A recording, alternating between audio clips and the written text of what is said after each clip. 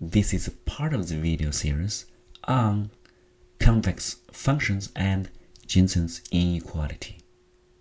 In the previous video, we introduced different definitions of convexity or different forms of Jensen's inequality. One definition in particular is called midpoint convexity, that is the equation here. And this is weighted average form, right? This is generic form. So how do we prove from here to the general form? We're going to do this today. And the proof technique we're going to use is very famous. It's called Cauchy Induction, sometimes referred as forward-backward induction.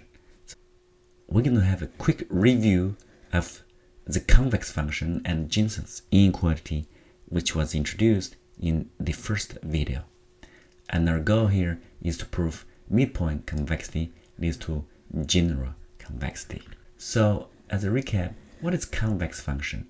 It is any continuous function over an interval where if you have any 2 points in the interval and for t in this 0 to 1, so this makes sure that these 2 points and t and 1 minus t would consider to be weighted average, right? What it says is that the function value of the weighted value is less or equal to the weighted value of the function values. Illustration here is that this segment here within this range is always above the function curve, right? So that's for convex function. And the other one is concave function, that is where if negative of f is convex, right? So in this case, the well-known one would be y equal log x, right? That is concave. And here, the exponential and the quadratic function are both convex. Okay.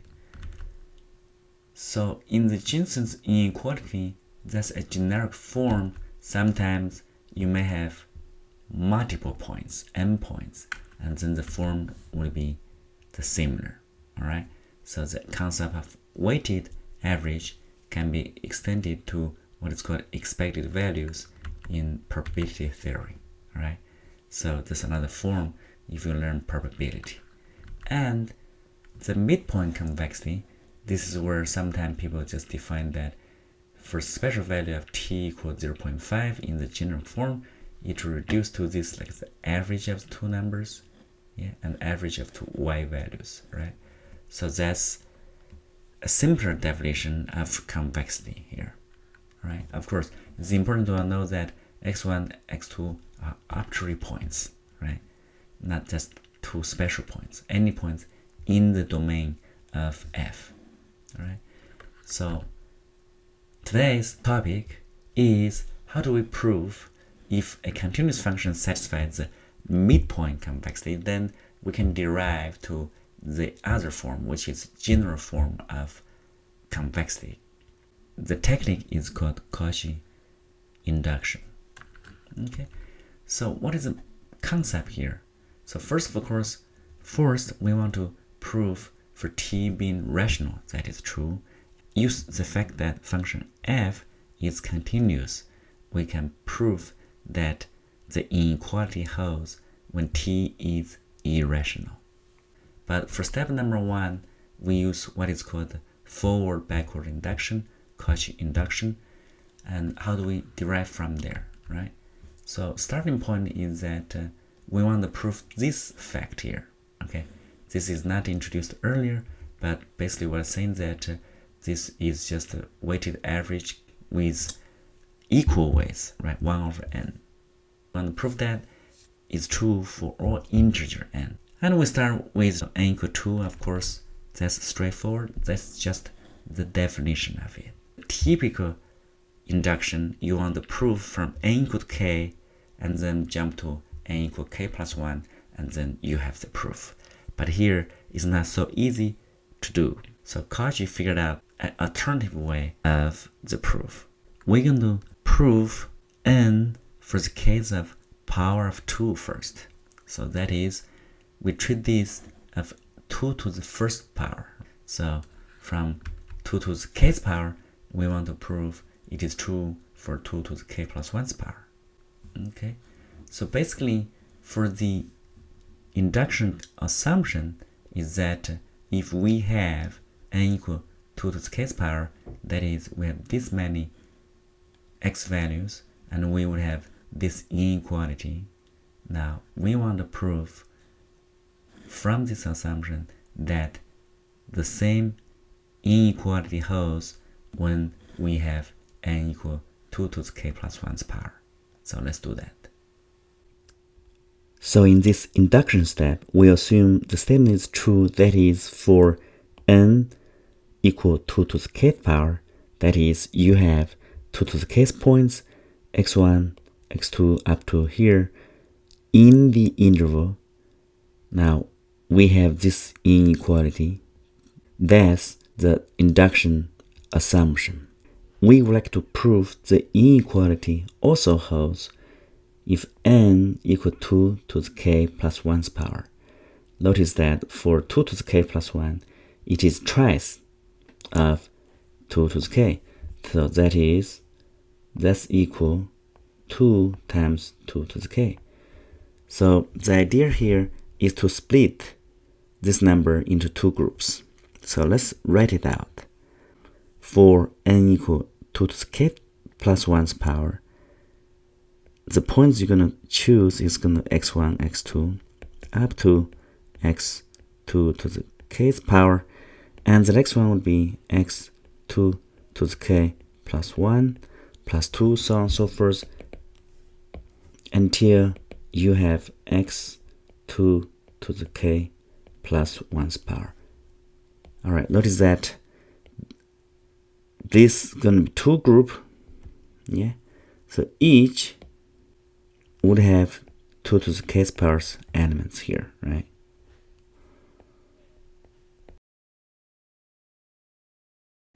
For the induction assumption, we can apply the inequality for each of these two groups.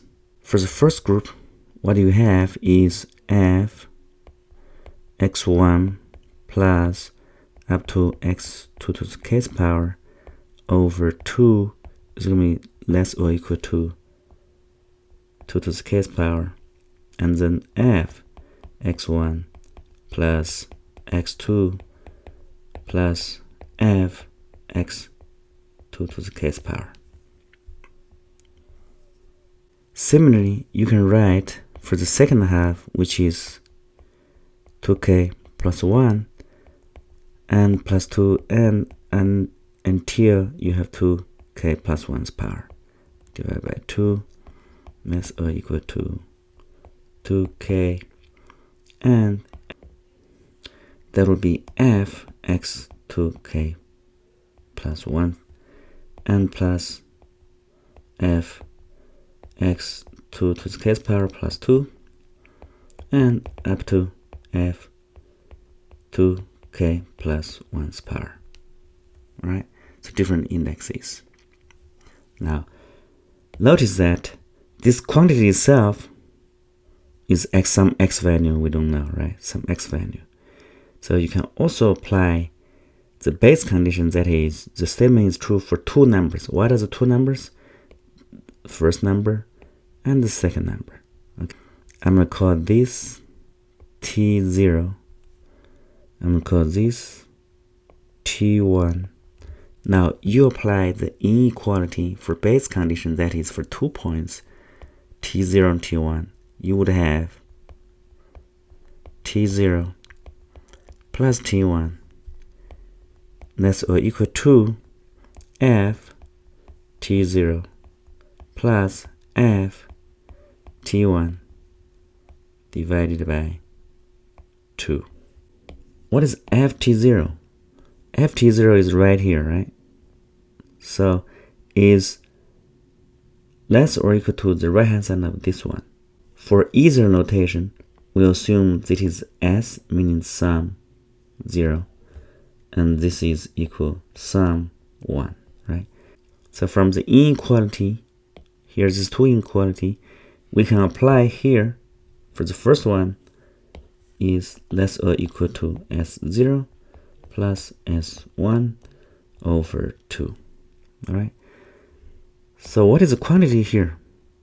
So if you plug in this, divide by 2, you have exactly the quantity here. It would be F. You plug this in, it's going to be 2. There's a big mistake earlier. That's not 2. Right? That's N, which is 2 to the kth power. Okay, so we made a mistake here. Let's fix that. So that's kth power. Okay. So here, when you add it up, that's combine the thing here. So the top is going to be x1 plus x2 plus x to the kth power, and then up to x2 to the k plus 1's power, and then over 2 to the kth power. Okay, so if this, you can combine that into, these two can be combined. So let's write it. So this becomes what? 2 to the k plus 1's power. All right. So this is the left-hand side of the desired inequality we try to prove in the induction steps. How about the right-hand side? It's going to be less or equal to 2 of S0 plus S1. What is S0? Again, this is the summation of the function values, right? F was the function values. So you know that the right-hand side is actually going to equal to, similar logic, you have 2 to the k divided by 2, this becomes 2 to the k plus 1's power, and the top is going to be fx1 plus fx2, and the summation goes until fx2 to the k plus 1's power. All right, so left hand side, let's rewrite it. That's going to be f to the k plus 1's power, and on the top is going to be summation of those points.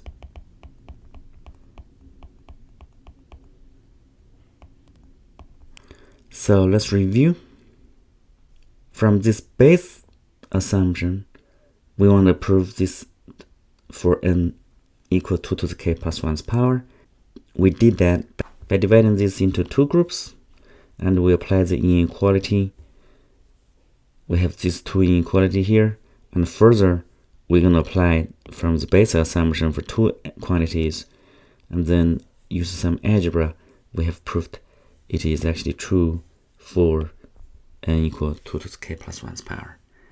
So, which means we have proven that, so the statement is true for n equal 2 to the k's powers form, where k is integer here, right? That's the forward induction part. Now we're going to go to work on the backward induction. Alright, that's good. So far, we have proven that for n equal 2 to the k's power, so the power of 2, all those integers, this inequality is true. Now, how do we prove the inequality is true for all integers? In the second phase, we're going to use backward induction. That is, if it is true for n, we want to show that it is also true for n minus 1.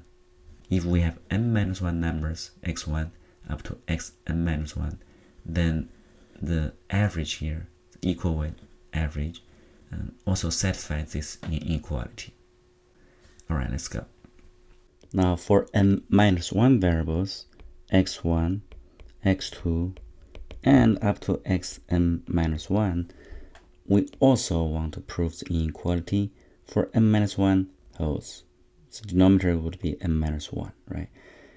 So here what we can do is we're going to add another number, which is xn,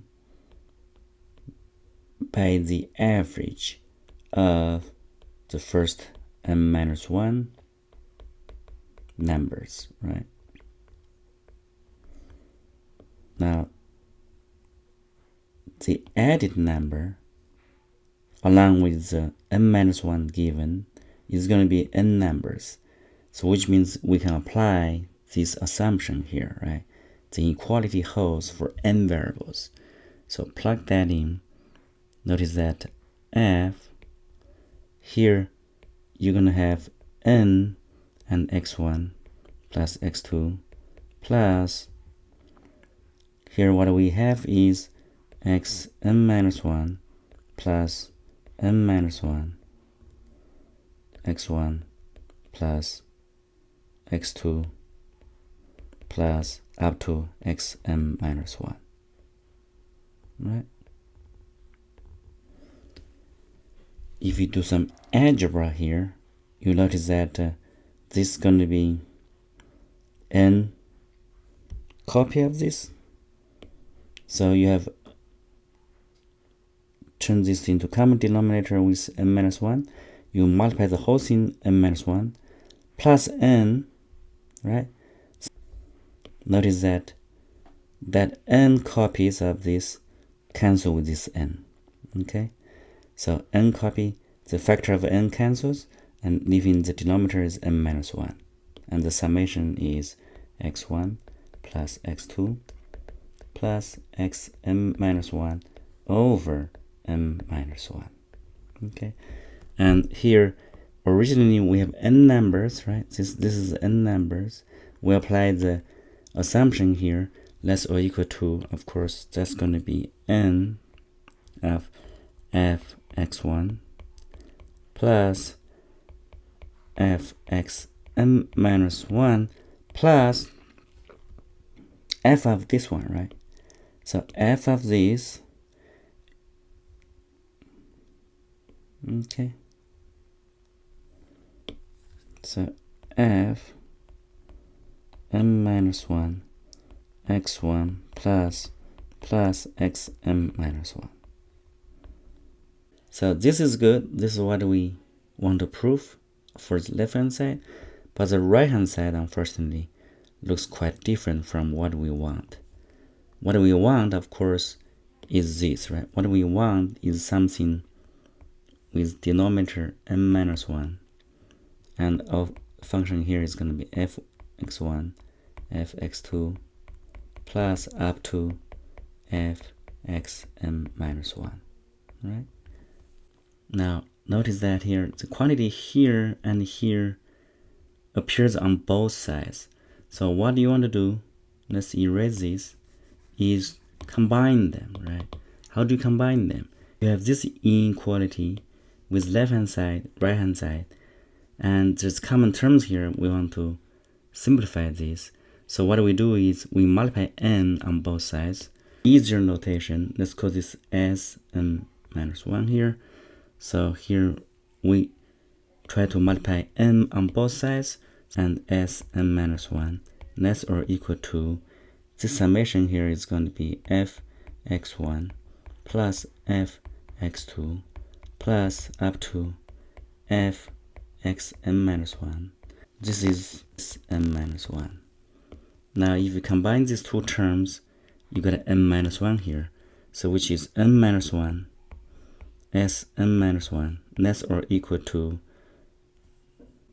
and you divide it by both sides n-1, sn-1, which is this one, right? So what we have is f of n-1 here, x1 plus xn-1 less or equal to, here is n-1 because we divided n-1 on both sides, and here's the summation is going to be fx1 plus fx2 plus up to fxm-1.